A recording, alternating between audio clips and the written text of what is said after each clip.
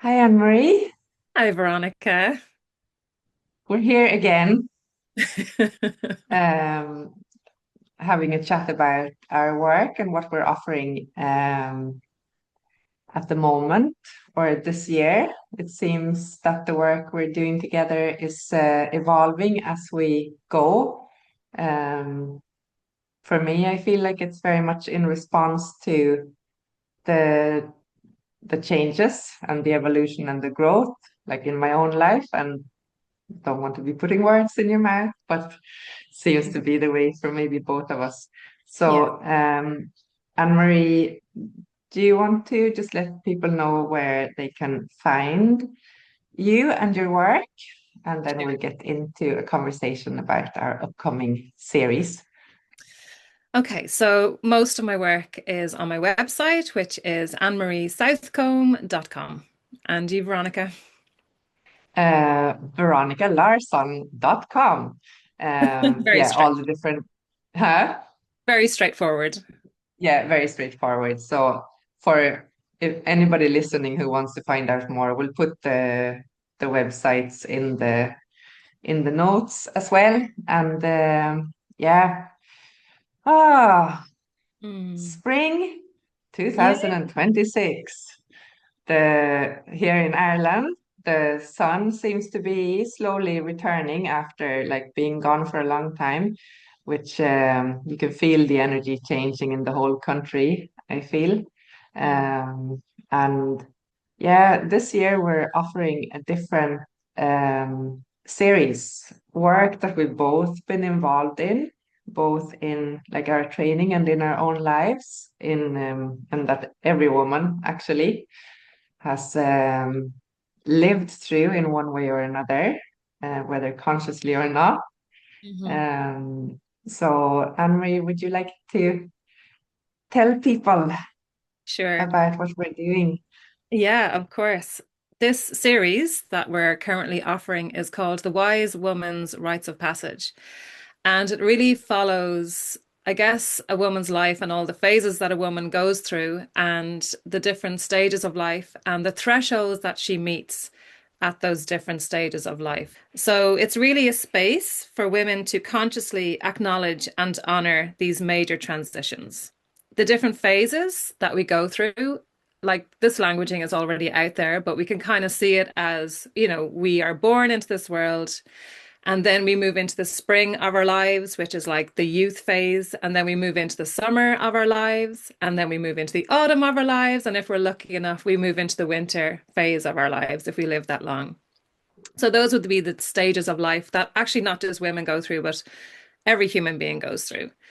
But as a woman, when we go through those different phases, there are thresholds that we meet along the way. And the first threshold that we meet would be the first bleed, the menarche. Yeah, I would love to talk about we did the Menarch um, threshold.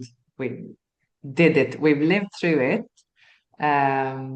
But we also had a day workshop and ceremony around the Menarch recently to kick off our series, its first cycle.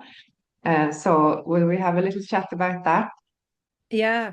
So before we actually get stuck into that, I can't wait to talk about this because it was such a beautiful day. But just to talk about how this series will run. So we're going to run it over a series of days or a series of weekends, depending on the threshold that we're dealing with, or that we're working with at the time. And we're going to be having, a day, at least a day for each one. But a day almost feels so small and um it's kind of on the scale of things, these are big thresholds, but the day is really for us to acknowledge the threshold for ourselves. So yes, we started with the Menarche one, which we did a couple of weeks ago here in Sligo. We had the first one, and it was such a beautiful day. There was an amazing bunch of women who showed up, all so wise and bringing so much of their beauty and their wisdom and so sharing so honestly and openly, and it was really a privilege to be there with them. So we spent the first half of the day doing some reflective exercises and journey work and sharing about what our first bleed was like And then the afternoon we had a beautiful ceremony. Um, yeah, would you like to say some more about it? Yeah, yeah, I would. Um, it's it's it's almost difficult to find the words. I think the first thing that I would say is that the it's such a rich topic that you said earlier, like in one day we only have really the time to like acknowledge the threshold, but within that, if we've never actually acknowledged or looked at it before, we might not be aware of the extent of the hidden wisdom that lies within all of the unacknowledged phases of going through a threshold. So it's not so much that it's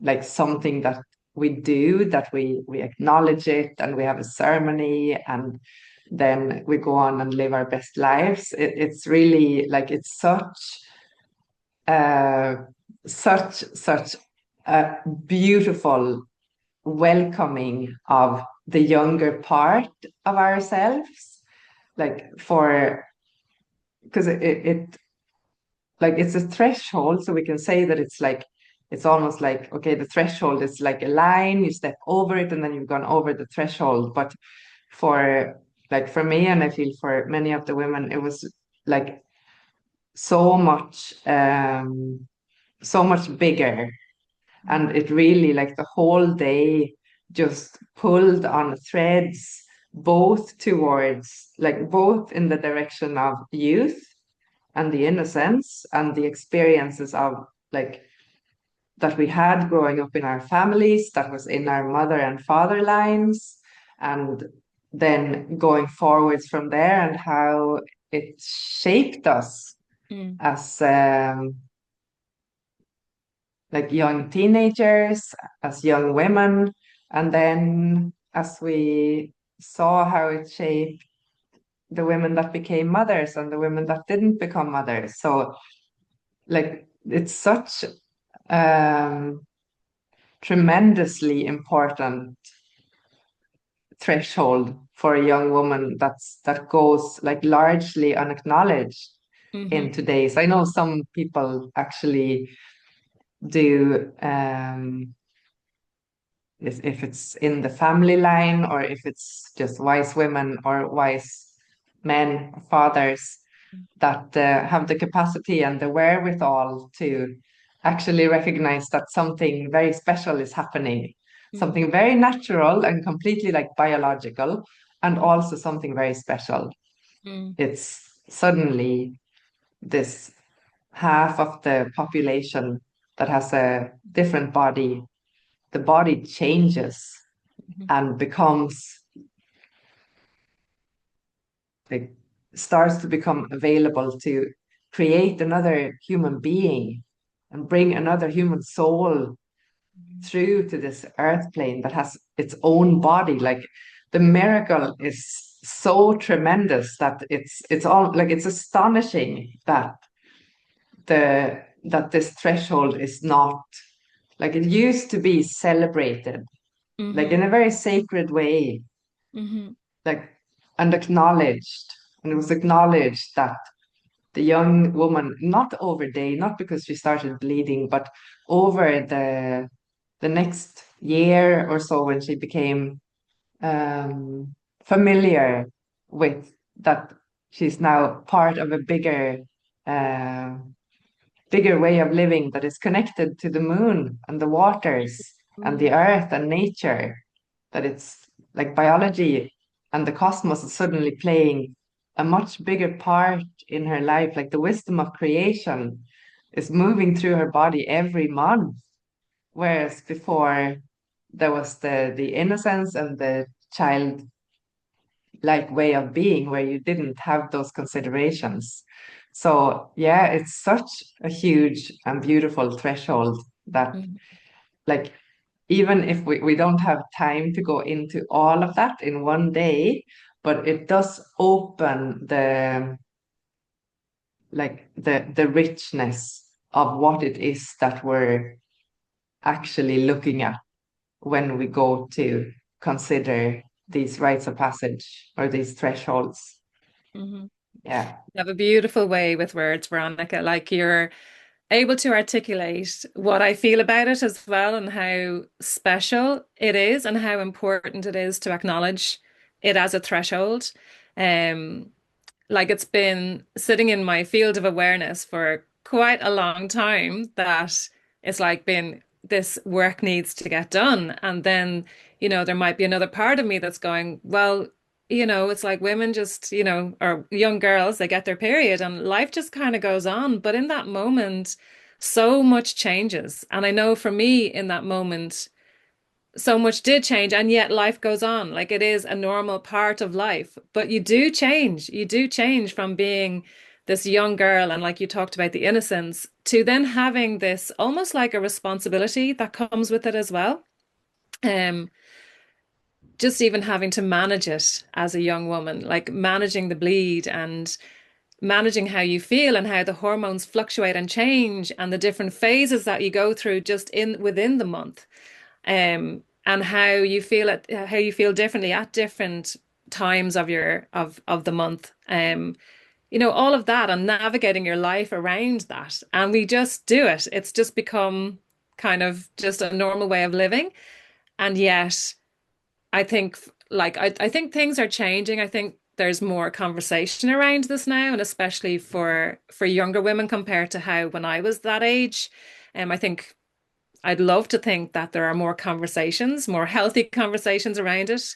Um, because, when I was growing up, I feel like a lot of it was just in suppressing the symptoms or managing it in a way that it didn't affect your life, just minimize the whole thing, even to the point of, when it came to your bleed, it was like just pop a few painkillers so that you can just get on with your day. And there wasn't much talk about stepping back. If anything, it was like you'd see ads on the television for these women playing tennis or these girls playing tennis with their white skirts on when they've got their period. It's like, woohoo, we've got so much energy. And for me, that wasn't Um, my lived reality, yeah. whereas now I feel in the last, I mean, maybe a good while, maybe the last 10 years, maybe more, people do realize that, oh, actually, when you have your bleed, that's actually a time to rest. If you feel like resting, to actually nourish yourself and to look after yourself and to allow yourself to go inward. So I feel that that was really important. And I don't think that I acknowledged that for myself until much later on in life, until, it was right up into perimenopause. That's when I started to really tune into the energies of the cycle. And just another thing on the first bleed, I feel like for me, there was a lot of shame, or maybe not shame, but a lot of doubt or confusion or um, uncertainty about how I should feel about myself and how I should feel about my body. There can be confusion there. Or, a lot of women might have a lot of support, but what about the women who don't, or there's no talk about it, or there's no support, or even worse, like there could be even, more uh challenges around that first bleed for whatever reason. And I feel like to some degree that moves through with you your whole life. And I've certainly noticed a huge difference in myself from just doing the ceremony that we did around the first bleed. It feels different for me now. I feel different about it now. So much stuff just felt settled within me. And yeah, it was so worth doing. It really, I can't emphasize that enough. It was just so, so beautiful. And just even to honor the innocence of that young girl that I was, and to also acknowledge the sacredness of turning, like this body turning into a body that can now, carry life and create life and give birth to life. And like it's like when you think about that, it's just so, so precious and so divine. Yeah.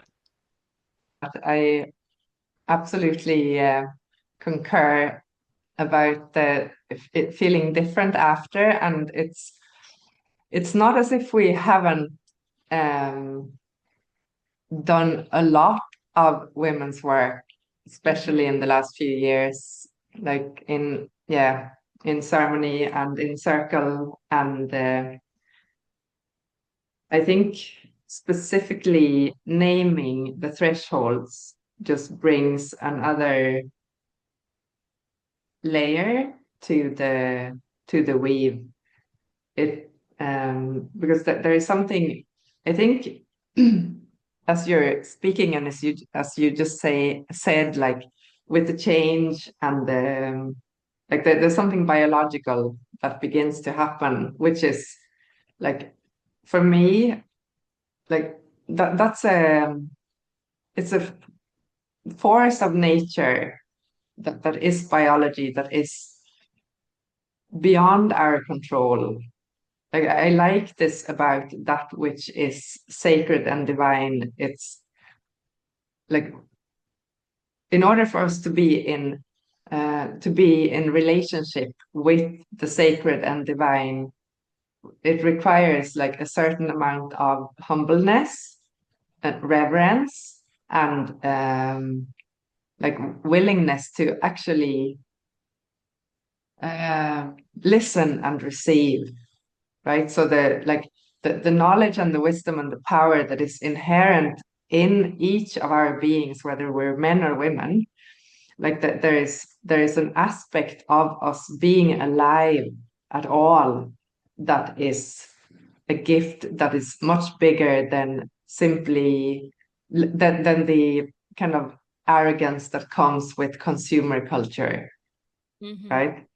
It opens a completely different door to relating to ourselves and each other and reality that I think is so it's becoming more and more precious in that it because it's almost disappearing from culture. So it's kind of I feel like even to be like to be offering and to be doing this work is just such a huge blessing, like Hmm. such a huge blessing. Um, what else did I want to say there? My menopausal brain. There was something. Um, it's not coming to me right now.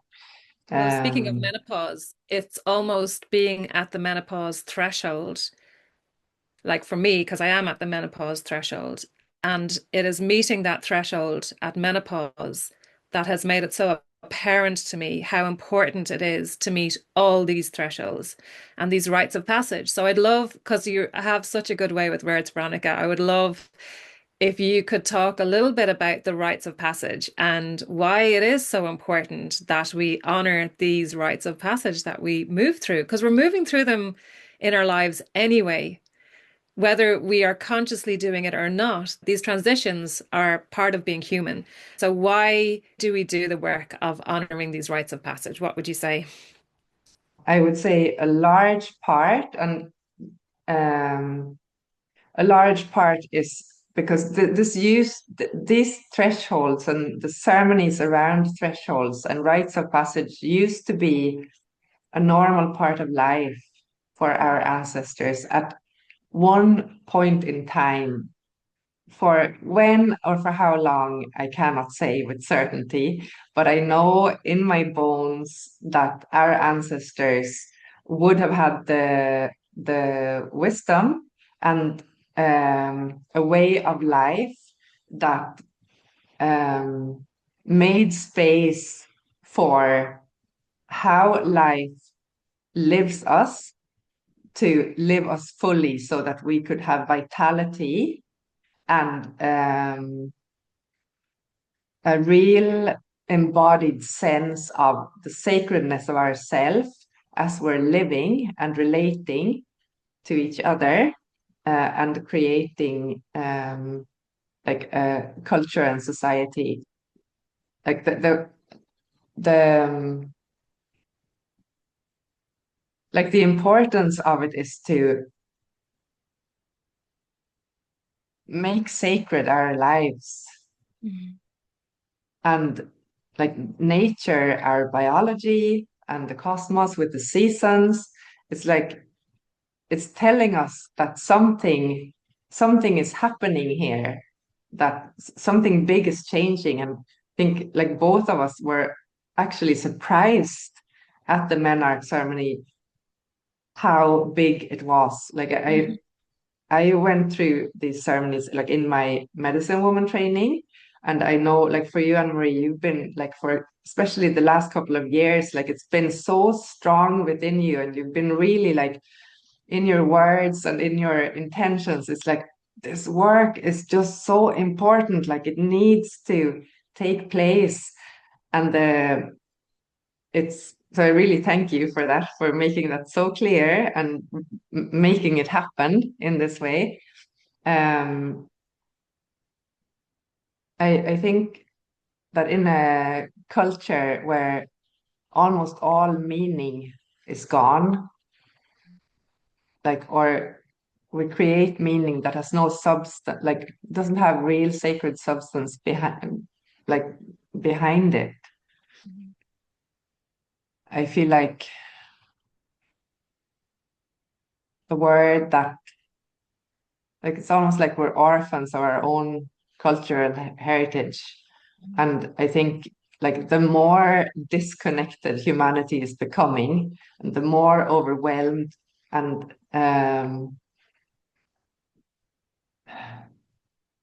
discouraged humanity is coming, looking at, if we look at the surface of what's going on in the world, I think like no amount of um, battling against, like men against women, or different peoples against other peoples, like that's not gonna bring a solution. Mm. So like the only place where there is healing and remedy and a sense of an actual real hope for retrieving our humanity and the sacredness, which is another way of just saying our natural state of being, is through coming to doing the inner work in one way or another. And for us at this moment, like the potency of the rites of passage is when there's, the culture has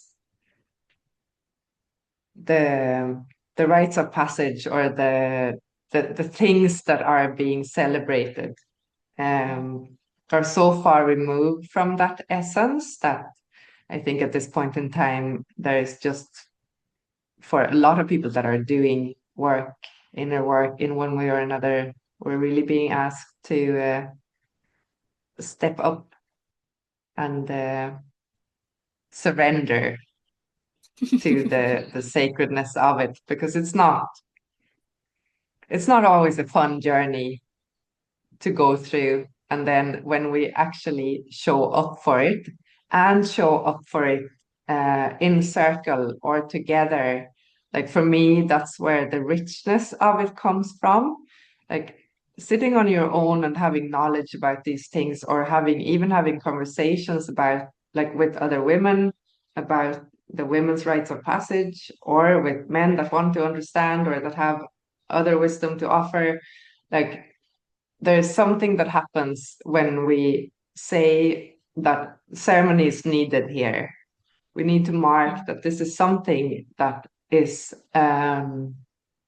bigger than us, and something opens up in our bodies when we come together. It's like the wherever the memory of how our ancestors met these thresholds comes alive in the space, I feel, and the wisdom of the lineage, um, female lineage, like it just starts flowing through the space. It's like we can hear the grandmothers there, like we can feel them. It's really quite something. Yeah. Yeah. Yeah.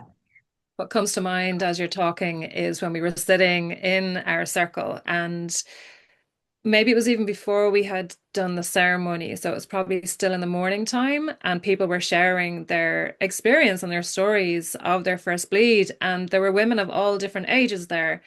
And it was said by most of them how another person's story, there was this beautiful weave that was taking place, and it was like so much got explored in that moment. It wasn't like that came through talking about the first bleed, but wasn't just about the first bleed. So much came through that was relevant to another person in the circle, or their story was relevant to somebody else in the circle. And it was just this incredible richness that was being shared and depth that took me by surprise. I think it took both of us by surprise. And it was in that moment as well that I realized, like, oh my God, this is even more important that I even knew, coming in to do this work. It was like the realization of it hit me square in the face of how important this is. And I think quite a few of the women talked about it would be amazing even to have some teenagers like there, or people who are at the very beginning of this womanhood journey. And because it's like the fact that there were so many different age groups there, and we were all at different phases in our life, like, some of us are at menopause, some of us are way past that, some of them were in the motherhood phase. Like, there was so many different phases that we were at. Some people had children, some people don't have children, but everybody similarly shared about how it was so beautiful to be with women of all phases of life, and how beneficial it was. Um, Not just at all phases of life, but with so many different experiences. Please keep talking. I have to plug in my computer. This is what happened when you do live calls. Laptops need It's to be powered. especially when there's more to say than we anticipated initially. Yes. We were like, we'll come on and we'll just do a little quick chat Yeah, about this series. And of course, once we start talking, there's so much to share.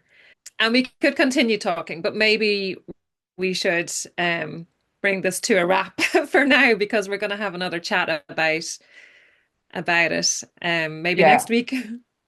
yeah. I think we're going to have a few chats about the different stages because there's just such richness in there. Yeah. And yeah, but we do have the next weekend for ceremony in the rites of passage is happening on the 18th or 19th of April. The information is you can find it on either of our websites. So and you can also find all the other fantastic, wonderful stuff that's going on there. Yeah. So And if you yeah, have we'll questions, or you just want to get involved in this conversation, or if you want to come along to join one of the series that we're doing, like, just, yeah, do get in touch. yeah, Yeah. yay.